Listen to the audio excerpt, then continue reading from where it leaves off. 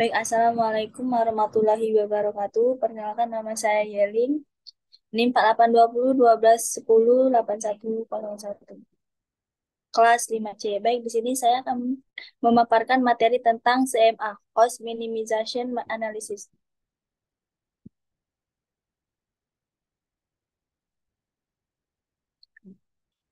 Cost, cost Minimization Analysis merupakan analisis farmakoekonomi yang dilakukan dengan membandingkan dua atau lebih pilihan terapi untuk menentukan biaya terapi yang paling minimal dan ekonomis bagi pasien dengan menjumlahkan seluruh biaya yang dikeluarkan pasien dan berlaku jika manfaat yang diperoleh sama.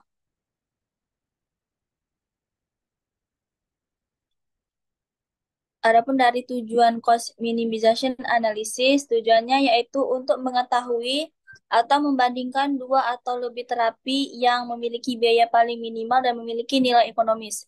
CMA direkomendasikan untuk evaluasi percobaan ekonomi dalam menemukan adanya suatu perbedaan yang signifikan dalam efektivitas. Keuntungan cost minimization analisis.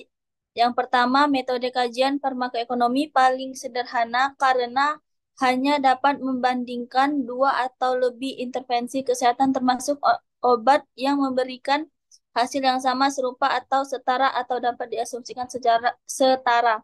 Yang kedua, hasil pengobatan dari intervensi dibandingkan hanya satu sisi yaitu biaya. Studi kasus, sumber kasus. Judul kasus analisis minimalisasi biaya antibiotik ceftriaxone dan cefotaxime pada pasien pneumonia dewasa rawat inap RSUD NTB 2018. Masalah kasus berdasarkan survei yang dilakukan Aulia Nabila, Chandra Eka Puspitasari, GAP Sri Erwinayanti pada tahun 2019, obat yang paling sering digunakan untuk pasien pneumonia dewasa rawat inap RSUD NTB 2018 yaitu antibiotik ceftriaxone dan cefotaxime.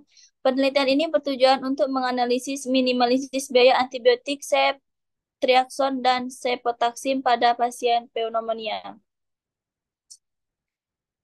Adapun metode penelitiannya yaitu yang pertama, penelitian ini merupakan penelitian non-eksperimental yang bersifat deskriptif dengan metode penelitian observasional dan rancangan penelitian dengan studi potong lintang, eh, cross-sectional, studi penelitian non-eksperimental yang bersifat deskriptif dengan metode penelitian observasional dan rancangan penelitian dengan studi potong lintang.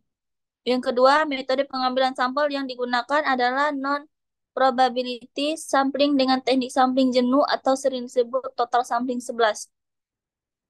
Yang ketiga, penelitian yang diambil dari 252 populasi adalah seluruh pasien dewasa yang dinyatakan mengalami pneumonia yang mendapatkan terapi ceftriaxone dan cefotaxime di instalisasi rawat inap RSUD Provinsi NTB tahun 2018 serta telah memenuhi kriteria inklusi seperti pasien pneumonia rawat 59 tahun, pasien yang mendapatkan terapi ceftriaxone dan cefotaxime.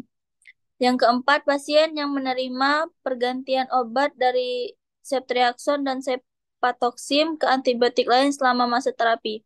Penelitian ini dimulai dari bulan Juli sampai Agustus 2019. Adapun jumlah sampel yang diperoleh sebesar 18 pasien. Hasil penelitian pasien pneumonia dewasa yang dirawat di instalasi rawat inap RSUD Provinsi NTB pada tahun 2018 berdasarkan hasil penelitian sebanyak 18 pasien. Dari data tersebut diketahui bahwa pasien pneumonia dewasa menunjukkan sebanyak 9 pasien, 50% berjenis kelamin laki-laki dan 9 pasien 50% berjenis kelamin perempuan. Hasil ini berbeda dengan hasil penelitian PDPI yang menyatakan bahwa proporsi kasus pneumonia di Indonesia sebesar 53,95% pada pasien laki-laki dan 46,05% pada pasien perempuan. Analisis biaya. Next, Mas. Kesimpulan, analisis biaya yang lebih cost minimization antara terapi antibiotik ceftriaxone dan cefatoxim dengan luaran sembuh pada pasien pneumonia dewasa instalasi rawat inap RSUD Provinsi NTB tahun 2018 adalah terapi cefatoxim dengan rata-rata total biaya medis langsung sebesar 1.297.829 atau 2,26,1% dibanding terapi ceftriaxone. Terdapat perbedaan signifikan antara biaya rawat inap dan biaya obat. Kelompok obat ceftriaxone dan cefataxim menggunakan uji tes dengan P kurang 0,05.